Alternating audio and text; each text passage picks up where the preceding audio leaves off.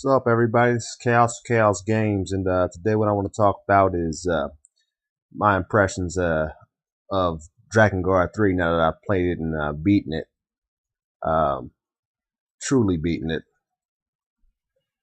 Now, there's a honestly, I guess I can start off by saying it's a niche game, and I have a purely biased opinion because I have it's a nostalgic game series for me. So, I got the first one back 10 years ago. And, I got every entry since, even, including the spinoff Nier. So I'm pretty biased towards it. But I still will try to approach it from an unbiased opinion and a biased opinion, too. Um, so I guess to start off with, let's talk about the actual gameplay. Okay, so the gameplay for a Drakengard game, you had your general Drakengard game. It revolves around uh, a relationship between a dragon and a rider, of course. Or you always have your dragon partner, and then also so there's various. The central theme is always you have various companions that follow the main character and the story around as well. This same formula holds up here in Drakengard 3, as from the previous Drakengards. So what you end up finding is that so let's just talk about then the differences after that point. Okay. All right. So what you run into is with the first couple Drakengard, first two Drakengard games. They relied heavily on a sandbox style level design, and that's what I really liked about the first two Drakengards. And even Nier had was actually more open world than even than Drakengard. So I will keep Nier separated. Nier is a pretty much separate entity, even though it's in the same universe. So yeah, let's keep it from Drakengard 1, 2, and 3. I'll refer to them next. Drakengard 1 and 2, the level design, it was chapter based, it was verse based. However, the you can do a lot of different things. It's like Dynasty Warriors, basically, except the caveat to that was the fact that you could summon your dragon to help you fight off the hordes of monsters or of soldiers and wreak a lot of havoc on ground with special maneuvers. And I always liked that about Drakengard. It added an interesting element to the combat. And then when you actually got on the ground, the actual hack and slash combat, however, left a lot to be desired. From what I can remember from those original games, it was more RPG based, and it was very, very basic combos. There wasn't much to most of them, and that was pretty much that. But like I said, the story, and of course the in Drakengard 3 now, they've kept it similar in a lot of ways, changed it in a lot of ways too, though. What you'll notice in Drakengard 3 is that the levels are not open world by any sense of the word. They're very linear for the most part, save a few exceptions. And they unfortunately took out the ability to summon your dragon and to help you with more massive hordes of enemies. In fact, there's the hordes of enemies aren't as massive. It's less Dynasty Warrior esque and more a standard hack and slash esque, which which is a good thing, which I'll get to in a second. In some respects, so what you have is less enemies, but they're a little bit better AI to them. They're a little bit more tougher sometimes. The overall melee combat in Drakengard 3 is more satisfying than its predecessors. There's a lot more combo depth, and you can go into the intoner mode, which is kind of like Double Trigger or any other generic super mode you can go into in a lot of hack and slash games. So yeah, and it makes you feel like you can dash around and do dash combos and air dashing. It's very actually it's a lot more complex than um, the other Drakengards, which is good. But like I said, I do miss the ability to summon your dragon at will to wreak havoc upon your foes from above in standard level. Of course, in this game, they did make dragon air level only levels, right? Where you just fly your dragon like they used to have in it. These are set up pretty much identically to the old Drakengard games. Those levels, those aerial only levels. So not much change there. Uh, but you know, which is good, I guess. But it's also bad because they didn't really do much to enhance that experience either. It's pretty much the same experience from Drakengard 1 and 2 when you get to those kind of levels. So nothing new there. I will say, however, that the most of the major boss fights do involve dragoon mounted combat. So you're not.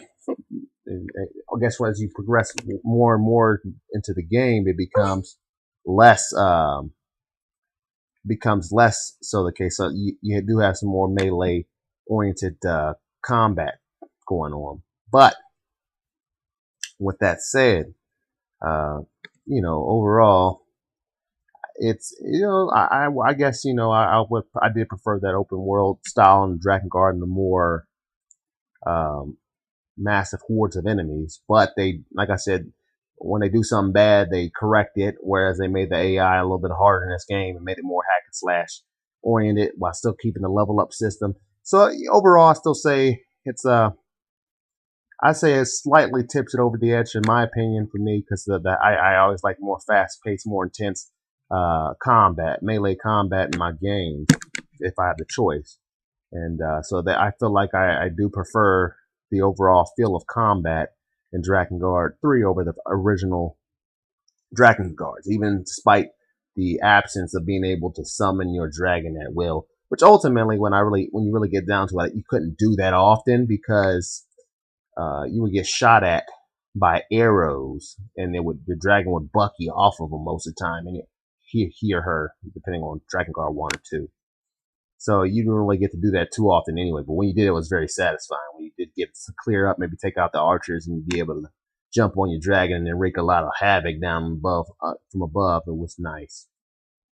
Uh, so the gameplay, like I said, is great. It's a lot more. It's takes the edge. It's a little bit more satisfying than its predecessors, in my opinion. Problem is, the major problem is, if you've watched any other Drakengard 3 reviews, you'll hear this common theme. I'm gonna rehatch it, and I normally don't pick at this, but this gets kind of ridiculous sometimes. The fact that the frame rate takes such a shit. It just drops so hard when things start going on the screen, and I don't know why.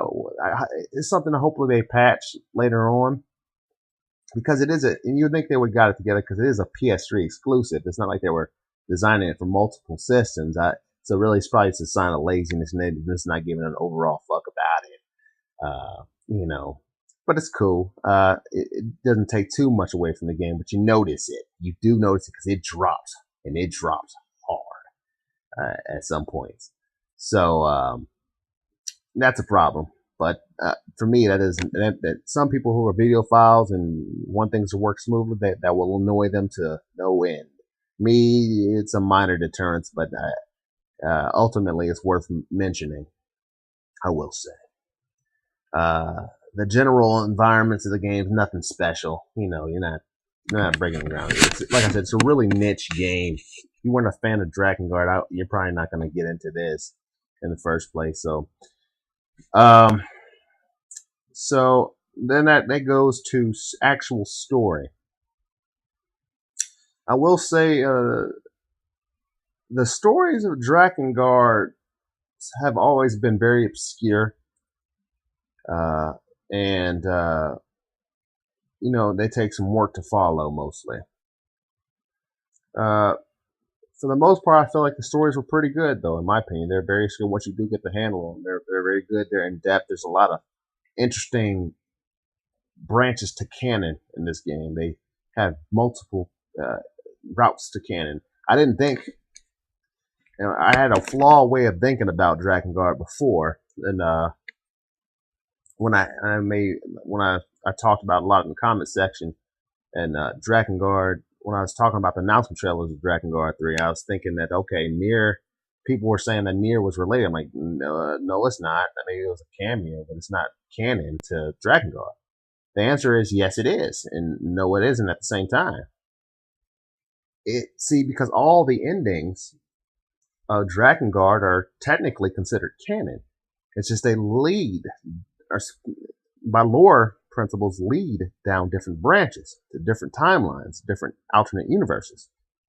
And while the straightforward vanilla ending of Drakengard leads to Drakengard 2 18 years later, the final ending of Drakengard leads to Nier. That is canon. That happens. And it spins off to its own world and makes it canon in that world. That happened. And so similar here, they keep with that similar principle that they had with Drakengard, even though Drakengard did have more canon ending, more endings overall than Drakengard 2. Drakengard maybe had like 3. Drakengard 2, they didn't work as hard on the story branches and making the alternate universes. Also, Drakengard 1 was very, very dark. Most of its endings had to keep the main character kind of dying a lot, or hopeless situations. Even most of the situation, except the vanilla ending, was the only decent one for the character, where everything turned out even halfway decent for the characters. Everything else goes down a very dark place, and that was the unique Drakengard 1. Drakengard 2, had more of a hero prevailed in most of the endings. Things turned out maybe not so great, but they turned out all right. They had a resolution. Drakengard 3 recaptures the darkness of Drakengard 1 in the endings. The endings, most of them aren't terribly dark. Even the true ending, it's supposed to be beautiful, but it's still terribly dark in the end of it. So they went back to the more gritty, fatalistic type of stuff. But as the story has revealed itself, there's really no other way. There's no happy way this turns out. Once you really the story unravels in Drakengard 3, there's nothing good that's going to come out. There's no happy ending here. But I honestly, what separates Drakengard 3, however, is the pure unrepentant assholery of it all. It's to the extreme perverted. It's extreme. The characters they're sexualized to no end. And I'm not going to sit here and be like your technical reviewer. I loved it. You know what? Fuck you guys who are all PC. I loved every minute of it. That was awesome. These people were perverted to no end and sickening, disgusting group of cast of characters, and I loved it. And they're joking with sexual innuendo in this game. It's over 9,000. The blood, the gore, the grittiness is gratuitous. It's pointless to some points. It's just ridiculous, and I loved it. I loved it, and it's probably the most brutal of all the Drakengard games. Nier, it's just ridiculously brutal, pointlessly to some extent, and so it was like a dark humor fest basically. This whole game, then it got really dark as you get unlock more, and it just gets less funny and more dark. But that it's Drakengard 3 is definitely a niche. It's not for everybody. As you can see, go to any IGN. If you go to IGN, they shat on it. But like I said, I guess I have to agree for the non-biased opinion. Maybe a 5 or a 6 is okay. But for people who are the actual audience of the game, the people who are actually going to buy this game is it's good. It's good fun. 7.5 maybe. I give it if I was going to give it a score. But I don't like giving numbered scores because, everybody has their opinion on it. I think it was, good. I enjoyed it. It offered me a solid level of entertainment. And I would have it up there in the 8 range if it wasn't for the technical difficulties of the game. And which, like I said, it's easily patched, so it probably will get bumped. It could probably easily get bumped up. There's a lot of things that the game is satisfying. It's really about how much fun did you have with the game in the end of the day. And I'd say I had a lot of fun with Drakengard 3. I'm actually looking forward to the DLCs, which will have you playing as Zero's sisters. I'm not going to go into what this means as in threat of spoiling the sisters, the plot element of what that means to anybody who's actually interested in playing it. But so they're gonna have some story, like a verse and chapter and story arcs for the sisters, and so I'm interested in that. But seeing the actual game, to reference a character in the game named Decadus, who's a masochist. They always have an interesting, colorful cast of characters in Drakengard. Well, Drakengard 1 did. Drakengard 2 less so. Was more serious cast characters, less wrong with them. But Drakengard 1 had characters and there was a lot wrong. They were just really touched in the head, basically. In this game picks right back up. These characters are touched in the head too. And so basically, they'll have this DLC going on with that shows all the characters, and to reference one of the masochist character, one of the disciples of one of the sisters, Decadus. I feel like they're just gonna overcharge, just gonna punish my wallet for no reason at all. I love it. You'll get that reference if you actually play the game. It's probably on the disc. The DLC is probably on the disc. I look at the trophies, and they're already all on the trophy list.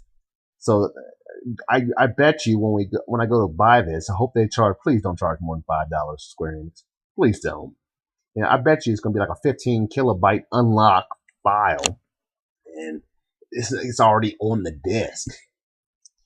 But I'll still buy it because I'm intrigued by the characters and the story arc enough to want to do it, even though the game is largely simplistic